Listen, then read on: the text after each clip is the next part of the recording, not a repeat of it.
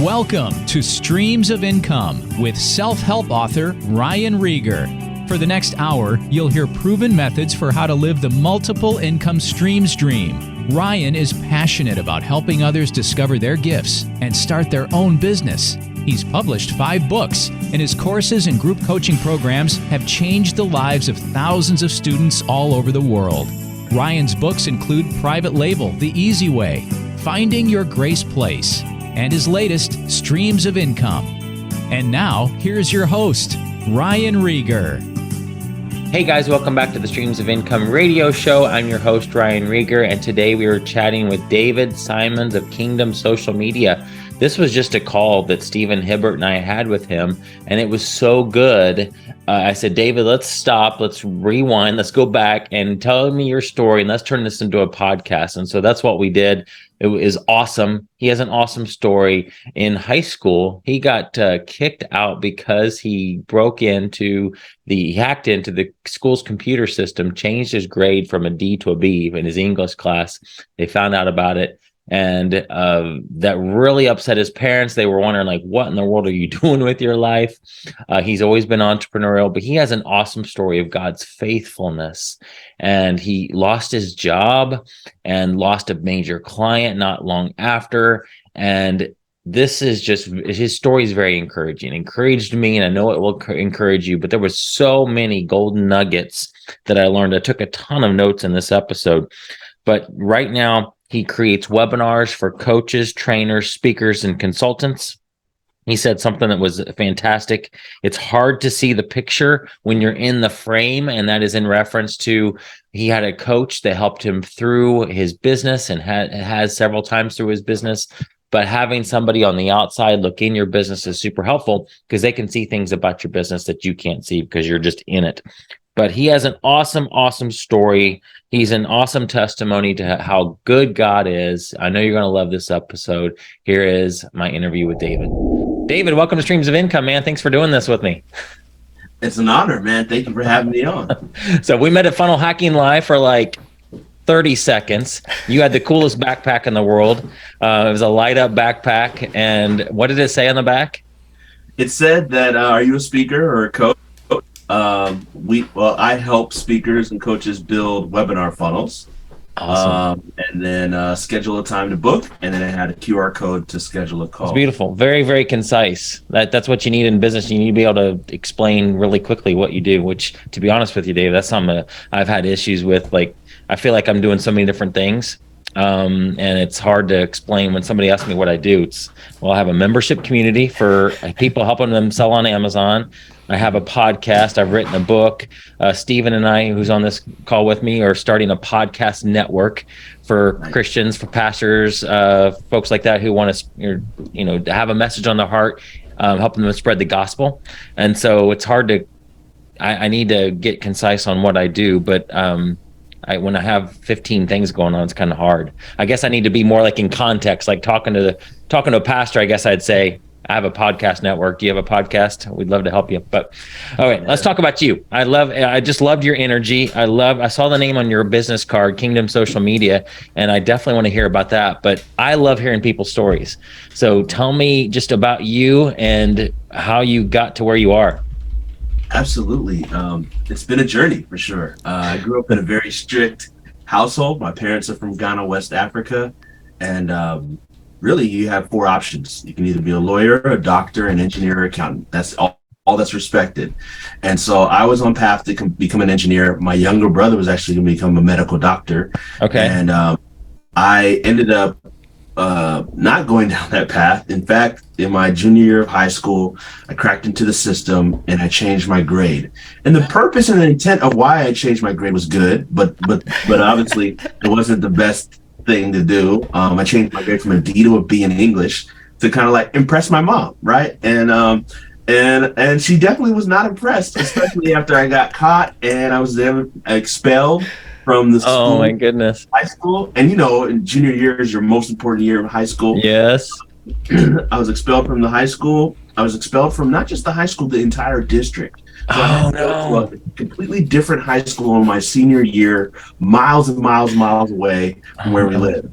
And the pain that I brought to my mom's face was unforgettable, right? She traveled, she came here as an immigrant. Education was her ticket. So I didn't understand it at that time. But the very thing that I disrespected was the very thing she used to get here. Yeah. Oh man. And, right before we hit record, you said you did it for a couple of friends, and they told that happened. So were you entrepreneurial? Did you at least get paid for doing it? Charge them? Did you charge them?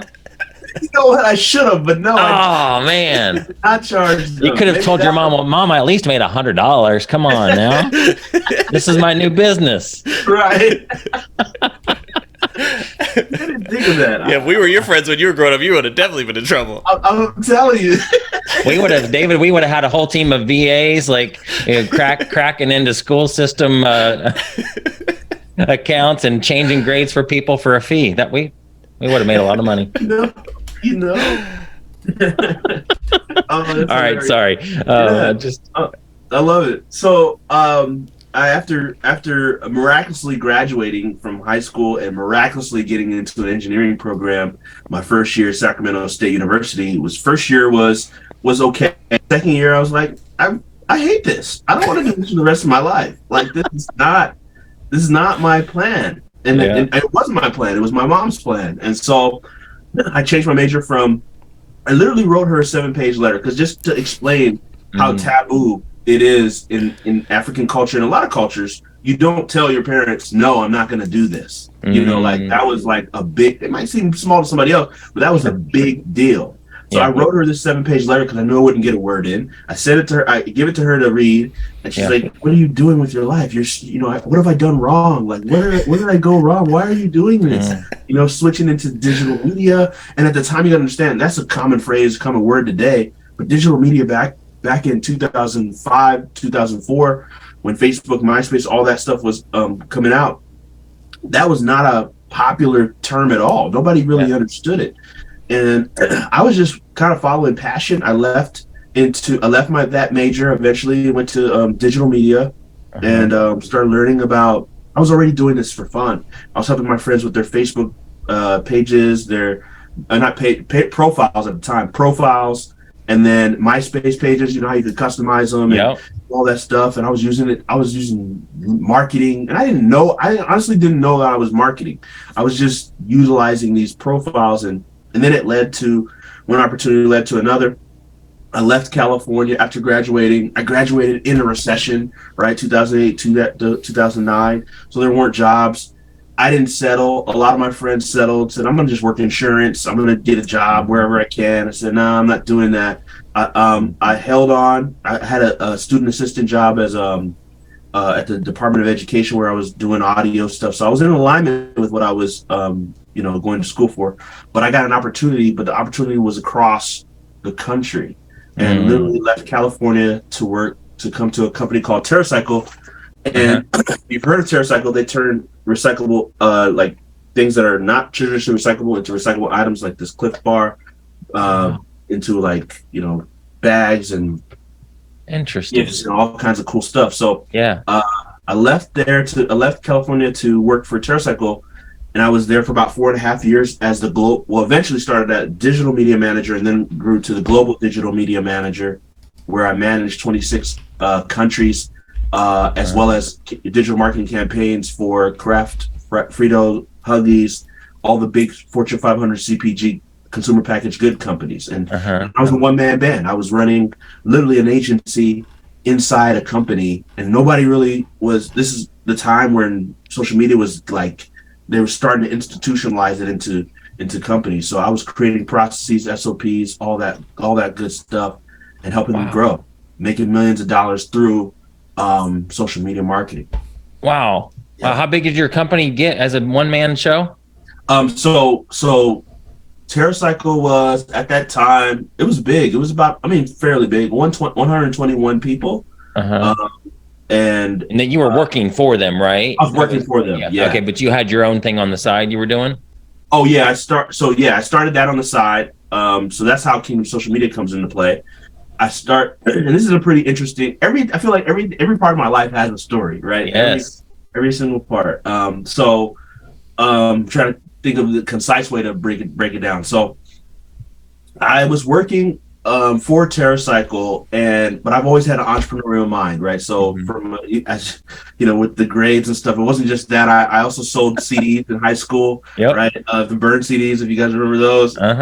Some listeners will probably don't even know what CDs are, but I used to do that, and I was just an entrepreneur. I had record labels, Christian rap labels, all this stuff. So I knew when I got the job with TerraCycle that I already had an exit plan to leave. My goal is to leave in 2 years. But I read this book called Caught Between a Dream and a Job by Delator McNeil. Changed my life in how. Okay, let's say that again, because there's people are gonna be like, I want to hear it. I want to get that book. Caught Between a Dream and a Job. Caught Between a Dream and a Job by Delator McNeil. Delatoro Neal. Okay, awesome. Yeah. All right, I want to take a note of that. Put that in the show notes. That sounds like a good book.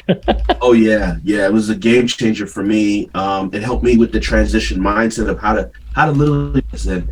And I knew it was my dream to have my own company and do my own thing. And so 2 years in, I didn't get it done. I thought I'd get it done in 2 years. It took about 4.5 years, but I didn't actually do it in my own power, my own strength. God really helped me through this process. So I'll explain that because one of the things that understood my wife when I first when we first got married, she was like, I don't see you as an entrepreneur, right? She didn't see that, like, I didn't have the organization. I didn't have like clarity. She saw the business plan. She's like, what are you doing? This is horrible. Well, you're the visionary. You're the visionary, right? I mean, that's what a lot of entrepreneurs are. You don't really necessarily have all the details. You just have this big idea and this big dream. Right. That's normal.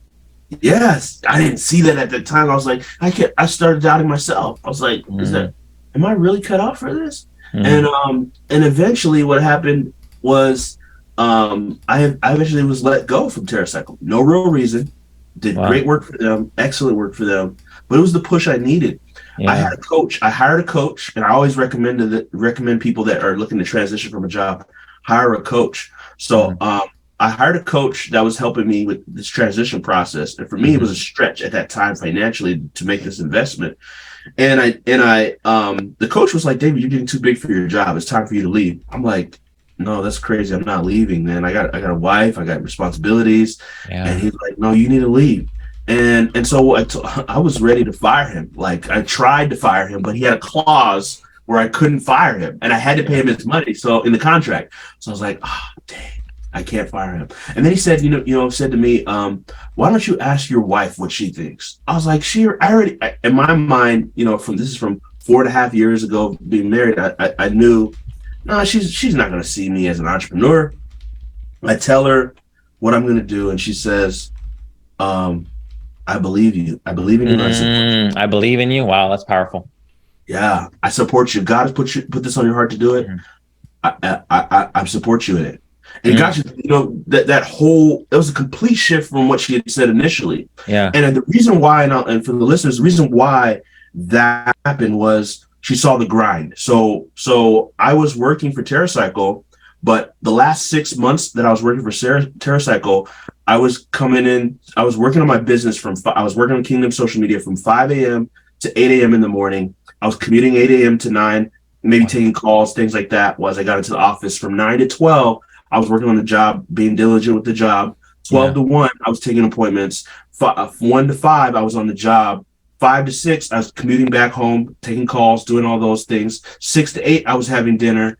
8 to 12, I was working on the business. Wow. That was my life. So working on the business 3 hours in the morning, an hour at lunch, an hour doing some calls on the way back home as you're in the car, and then again after dinner. Wow. Okay. So my friend Dan Miller, he wrote the book 48 Days to the Work and Life You Love. It sounds there's probably a lot of the same similar things that's in that book, Caught Between a Dream and a Job, in Dan's book. I would imagine some of the same similar stuff. He's a career coach. Yeah. Tell me about because there's a lot of people listening that want to have that business. Yeah. They want to start the business, but they feel, I'm too busy. I got a full-time job. And I know everybody's lives are different. Somebody that has a lot of kids or a lot of other responsibility, it is tougher. But give me an example of what you did during those. It probably wasn't things like necessarily like working on the website, making all that pretty. I imagine it was things that are driving moving your business forward. So give me an example of those tasks that you did during those times, because it's easy to be busy in a new business, but not really doing anything to get it forward. So if you're on calls, you're probably talking to potential clients, but give me an idea of what those tasks were when you were splitting your time between your job and your new business. Great question. So I'm a natural follow-up type person. So I was outside work, I would go to networking events. I would go to Chamber of Commerce events. So I'm following up with people, setting up calls. Wow. I was connecting with people, building relationships, so finding vendors and things to help us support the clients that we were getting. So there was one case where, and this kind of helped facilitate the transition process, where I also joined Toastmasters. So the largest free speaking organization to help people get better at public speaking. Yeah. And one of my mentors in there gave me an opportunity to speak to his group of automotive shop owners. Okay. And I spoke to them. I didn't know, and this is while I'm still working. And he's like, Dave, they loved you. You did such a great job. They're like, what offer do you have for them? I didn't come with an offer. I just came to do the presentation. I didn't know. And so literally he was like, yeah, put something together. So I put something together. And within that moment, I signed on 5 clients in one day. Right. So it was just like mind blowing, because now I've got, so some of that time was also fulfilled getting my systems in order, hiring and getting talent that could help me support, because I'm still working. I'm still running a pretty big operation at work. Yeah. And so you were doing social media. Your offer was managing the social media accounts for these auto owners, shop owners. Okay. Yep. All right. Yeah. And a little bit of ads too, a little ad spend as well in there. Okay. But running those two things simultaneously, and it was a challenge. That's why I was also working that much, because I had to make sure that the pipeline of stuff was coming in, as well as taking care of the opportunities that we already had. So you had just probably splitting your time between getting new business and serving the clients well that just came in. Yes. Wow. Exactly. Yeah. That's amazing. Yeah. And there's so many different directions we can go. Steven, do you have any questions real quick No, it's just fascinating. I'm writing a lot of notes because it's a very similar trajectory from, I think, me personally, but a lot of entrepreneurs. You're starting at a job, you have a passion. At some point, there's a conflict, mostly with parents or spouses that kind of direct you. It is interesting, though, that your wife said you're not an entrepreneur from the beginning. I'd like to circle back to that. Why? Like, how long were you married when she said that? And why do you think she said that? Great question. So we are married at that point, probably 6 months in. And that's our marriage story is a whole nother podcast, right? That's a crazy crazy story. You won't believe it. Like so I'll put it like this. This is gonna leave intrigued. Our marriage was like, and this is gonna sound crazy. Our marriage was like a prearranged marriage by God. Not your parents. Not parents. I'm like, I know that's gonna sound crazy, but so I'll pin that there. But basically, so we didn't really have that rapport. She didn't know me to the level that you normally do when you get married. And to her credit, like I could see why she didn't see the certain things, and as you talked about, Ryan, like, the visionary. I am definitely a visionary, and she's if she was to be in business, she'd be an integrator. She's more of the detail person. So those detail people will see all the things that are not clear, and a visionary people might not have all the details in order. So she didn't see it, and actually it actually helped me in a way. It wired me to, like, I'm gonna show you. Interesting. I'll prove it to you, and I'm gonna turn you into a believer, and that's what did happen. Now she's my biggest supporter, and when I got let go from corporate America, I was scared to tell her, like, that I've been terminated. And I came home. I never forget that train ride. And I come home and I'm like, I've been let go. And she was just like, congratulations. You've always wanted. I was like, what? Wow. Like, it threw me for a loop. So shout out. That's awesome to come home to that. Yeah. Do you remember approximately, don't tell me dollar amounts, but percentage wise, how much income you were making in the new business compared to your job at that point? Great question. 60% of what I was making, I was making 60% in my business. And I always tell entrepreneurs, if you make over 50%, that's a good time it's time to transition, because you don't need the full, like some people say, replace it or double it. Well, if you can do this on a very part-time, part-time basis, imagine what you could do with full 40 hours, Yes, exactly. That's exactly what Dan Miller says. He actually says, if you can get to 50%, that's a point you can think about.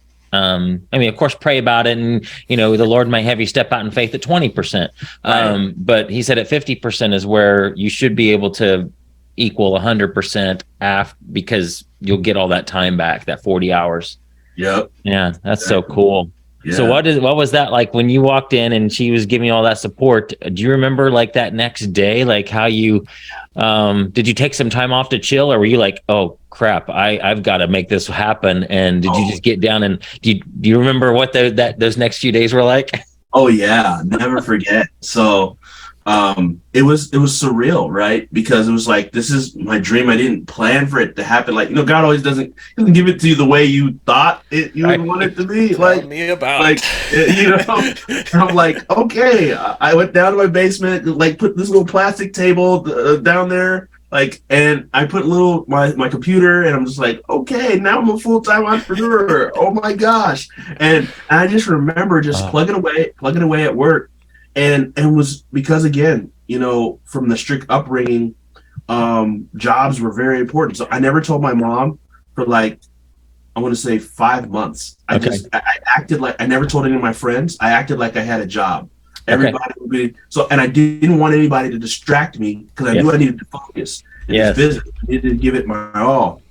And so most people were like, yeah, how's work? Oh yeah, work is great. Yeah, it's good. Working hard, and so I focused in on the business. And I want to tell this story because this is where I had to learn that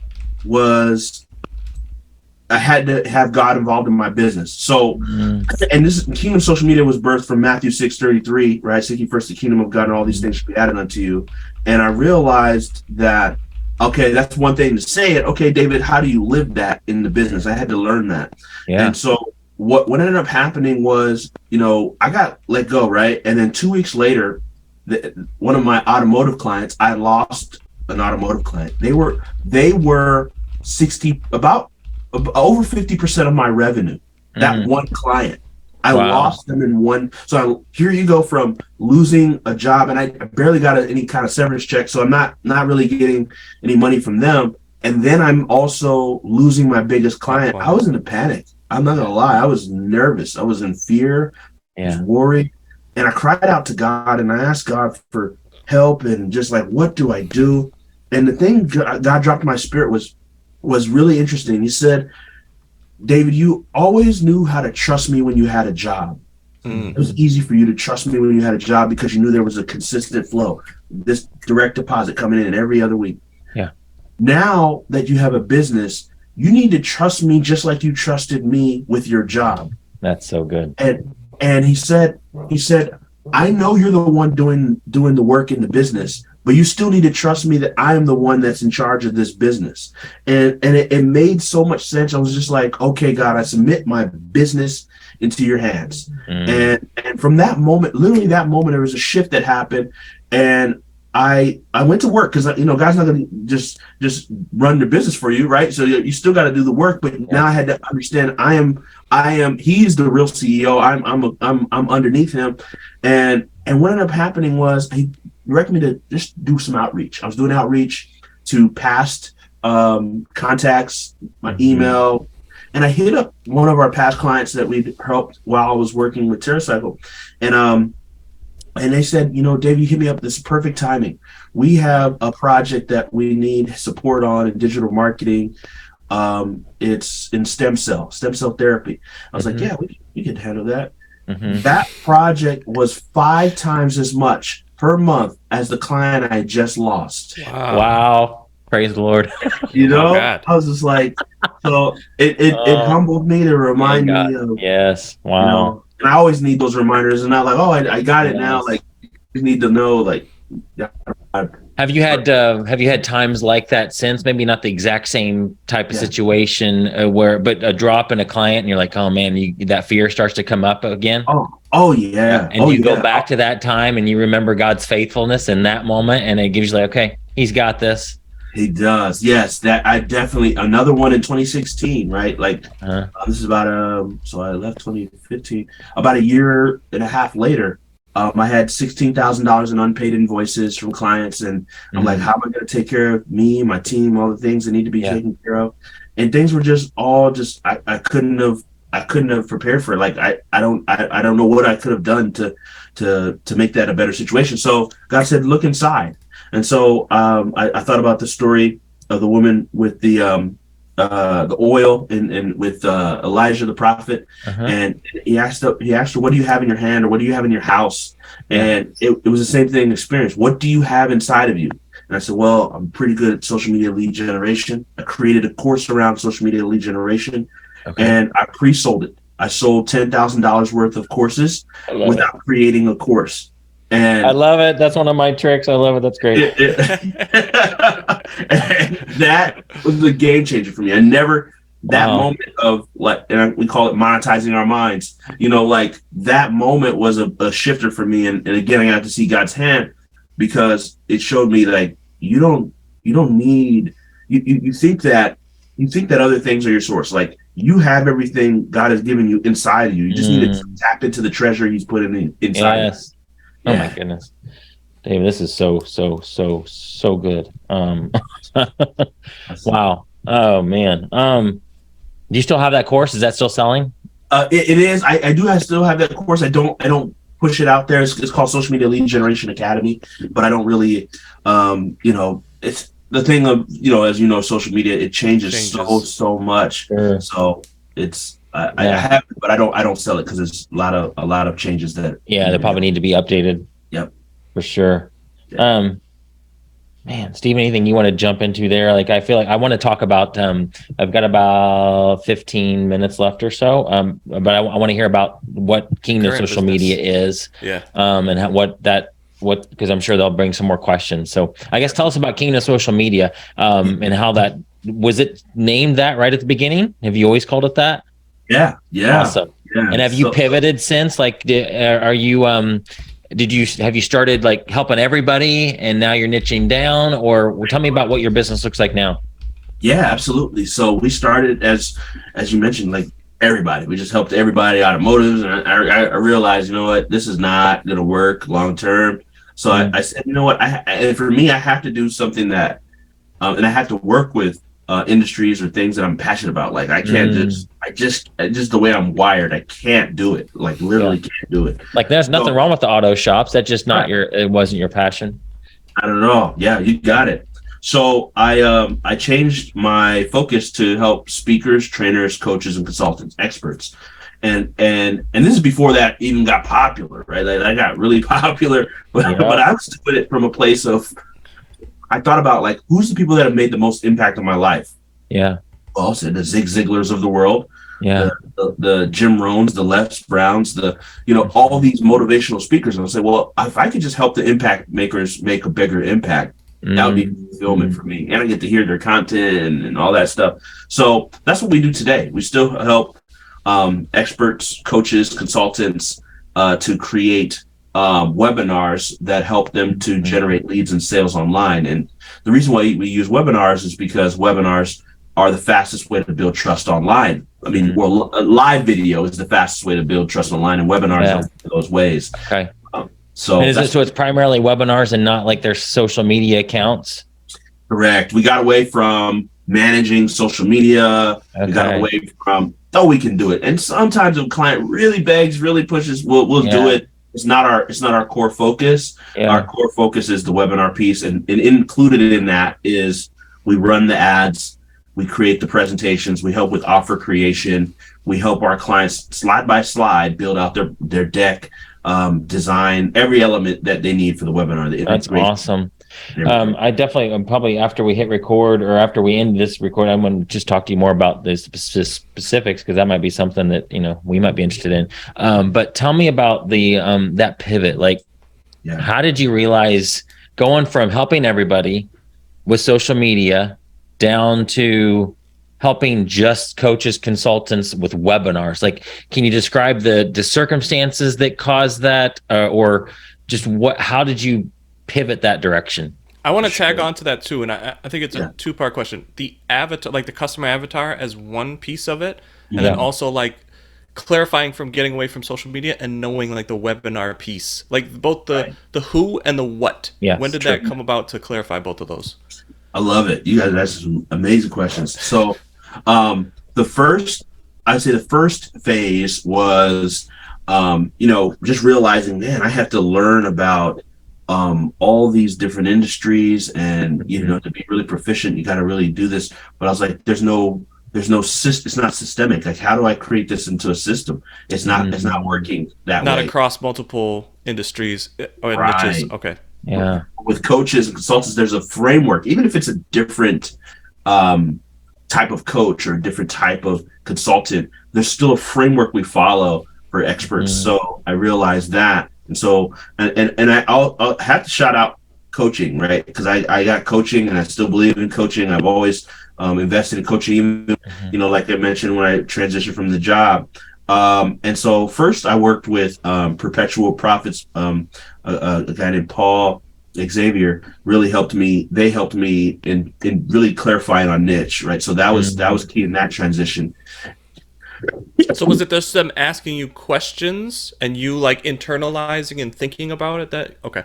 Yeah, exactly. So they really, they drilled into our heads that niching is, you got a niche. The riches are in the niches. Do you feel like if you were starting over right now, do you feel like, because it seems like a lot of people start broad and then niche down. Do you think it's best to niche down immediately, or do you feel like you need that experience of going broad, getting a bunch of clients first, learning even how to do this, and then deciding where to go? Like, if I was brand new and wanted to start a social media agency, would you tell me to niche down immediately, or start broad, learn a little bit, and then see who you want to work with? Great question. I think most people would tell you to niche down from the beginning. I would actually be counterintuitive. I would definitely start broad. You got to eat survival. Like, just be honest. And it may be different. Like, if I have a full-time job and I'm not really depending on this, maybe then you go right down to the niche. But if you're like, I need this business to feed me and my family, then maybe you just look for clients anywhere you can get them. Absolutely. Anywhere you get them, anywhere, you're looking for case studies and anything you can show your work. So that's what I would do. And I'd probably be connecting with guys like you, because I'd be like, hey, David, I'm just starting. I'm hungry. Literally, I'm hungry, and I'm hungry because I want to make this business work. Do you have people that are coming to you that aren't a fit for you that you can pass off to me? I'd be building those types of relationships with because we were at the Funnel Hacking Live with you. And Stephen and I went to the session with Stephanie Blake. She wrote this book, Owners, and she talked about how she has a social media agency, and they started broad, and now they only work with chiropractors. So I'd be building relationships with people like her and say, hey, Stephanie, who are the people that are contacting you that are not chiropractors? Send them over to me. I need to eat. There you go. But back to you. So the pivot question from pivoting, how you decided coaching was the big thing.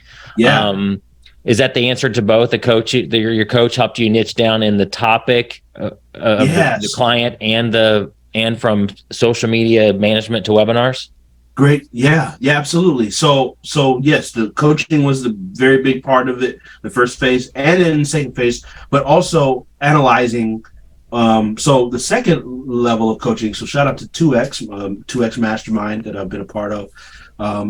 They really helped me we took an inventory of like all the services.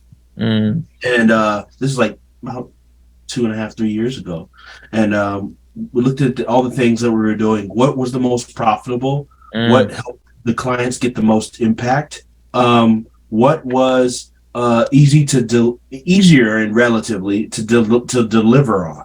And we looked at it and we said, well, the webinars met those criteria.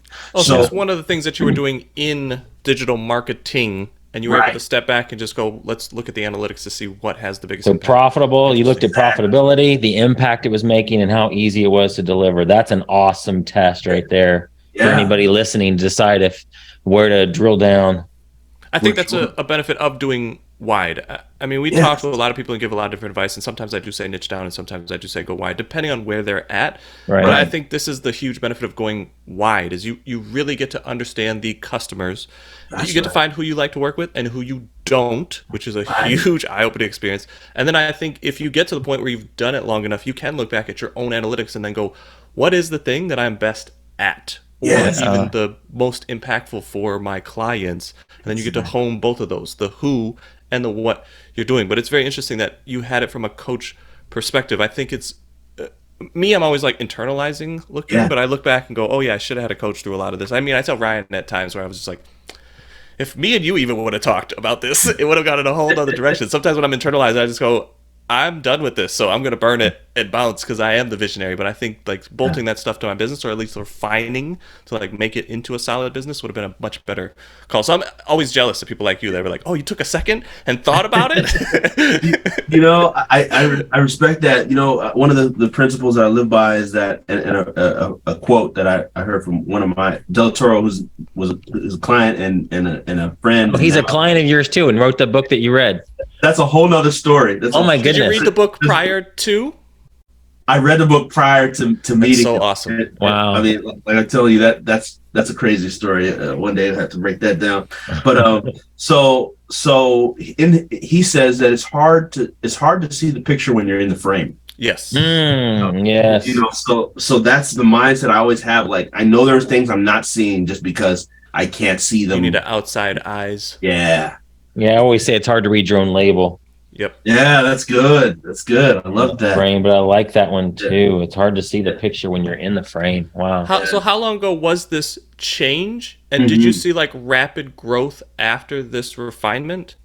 Yes. So that changed about 2.5 years. We switched to just like really hone on webinars. Yeah. And we saw a drastic change in revenue, because when you specify and you're specialize, it also, you can increase your rates and cost, your fees, right? So it was, so give you context, right? So we were for normal ad services, we're charging $1,500 a month, right? Which is pretty standard across most advertising agencies. But with webinar services, because we're doing so many different pieces and we're focused in on webinars, it doubled, $3,000 a month, right? So.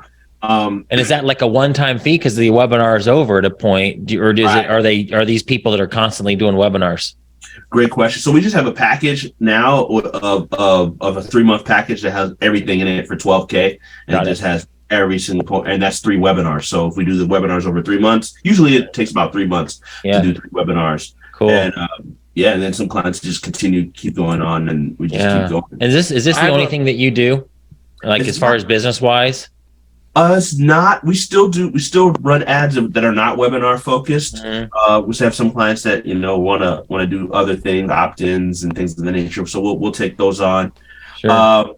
We do some LinkedIn marketing as well, because LinkedIn is valid. We don't really push that we do these things, but we do them. And then the other piece that I am also a coach as well. So I coach people in how to build their premium online programs. So taking those, like we talked about, those ideas, just like back in 2016, how do we take that, put it into a process, and create a premium online, what we call premium online programs, so that help deliver value for people. So those are the 2 main focuses. White glove it's called White Glove Webinars, and premium online programs are 2 main offerings. That premium online program are you mostly doing it through memberships? More so it's like a cohort style. So we'll have a group. It's a group model, group coaching model. Okay. We'll have 5 to 10 people at a time in our cohort. But there's no. What's the length of that? 3 months. Oh, so that is also 3 months. Mm-hmm. Okay. Have you thought about dragging that out longer and having a membership piece of that? Yeah, that's we're actually building out an evergreen version of it right now. Yeah. Nice. I want more information about that, David, because as Steven and I are, I don't know if would that be for somebody who's trying to build an agency? Would that be an option? Agency wise, it's more of taking and building programs that would help somebody to I wouldn't see it as an agency option more. I see it more as like a program or a course. It falls more in line with that. Got it. Because we have that podcast network we're kind of in the infant stages of. We got like 3 clients right now. And so definitely looking for, at some point, probably looking for some mentorship on somebody that's already been down this road of creating, because essentially the podcast network is kind of like an agency, because we're going to be editing their podcast for them, uploading it for them, providing a membership for them to help them with their YouTube channel, maybe some social media stuff. We're doing it right now, trying to figure it out. So let's got a couple minutes left here. Dave, what advice would you give for people getting started? You've been down the road and been very successful. I love your I'd love to have you on again for sure, because there's a lot of things we could go deeper, and I'd love to hear your story of how you got your author on as a client. But what advice for new folks starting business? I would say the best advice was advice that was given to me, and I still hold to this. I'm so grateful I learned this in my first year, that we as entrepreneurs, that's your experts, that's your coaches, that's your agency owners, all of us, we are farmers, right? And good farmers understand that good farming happens in seasons. And one of the lessons I learned was that whatever you do in January, February, March, you don't always see the result of that until April, May, and June. So a lot of times people would think, oh, I'm working hard and I'm not seeing any result. Well, can you plant a tomato today and get it tomorrow? Like it doesn't work in nature. It doesn't work in business. And God created these principles that apply. So seed time and harvest is a principle that applies to everything. So when I learned that, I was like, okay, so if I want to have a good April, I need to have a great January. And then to keep that momentum. So here's what happens is sometimes, man, things are really going great, and then you stop in June and you don't feel it in July, August, and September. It's October. Like, oh man. So if you're having a struggle season in October, go look back in June, right? So that is the principle I live by, that we don't control the harvest. God does. But we do control the amount of seed and how much watering we can do. So if we continually sow seed and we continually water, we will continually have a harvest in our businesses. Wow, I like that. That's so good. Okay, you got to come back on, because I want to talk more about all of that stuff. We could go deep in the spiritual stuff. But David, this has been fantastic. Totally unplanned to turn this into a podcast episode, but I'm glad we did, because this has been awesome. Thank you. I have one last question, and I think maybe thinking of Ryan's audience. I know there's always like the emotional piece of starting a business, scaling a business. For you, when you were making those decisions of like going from helping everybody to focusing in on, or even like quitting your job, were those exciting experiences or scary times? And do you think because of the coach and the faith, it was much easier for you to go through those periods? Yeah. I always say it's a mixture of emotions. You've got the highs of it, right? And there's this, oh man, I'm going to be my own boss.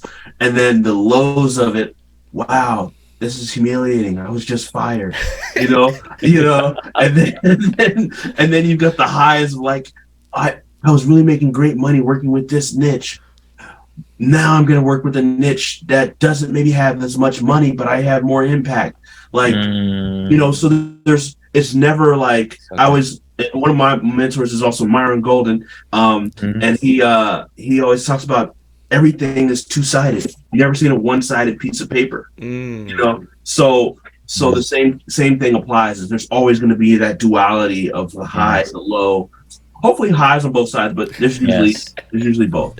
That's so good. All right, David, nice. thank you so much. Let's have you back on anytime. You let me know. And if you ever got something like you're doing your premium online program, turn that into a membership, you have any new updates about what you're doing, just ping me, man, and I'll have you back on and we'll do an update. But I definitely want to go deeper with you in some of this stuff. Hear some of your other stories, because this has been enormously valuable to me and I know to my audience. So thank you so much. Appreciate it.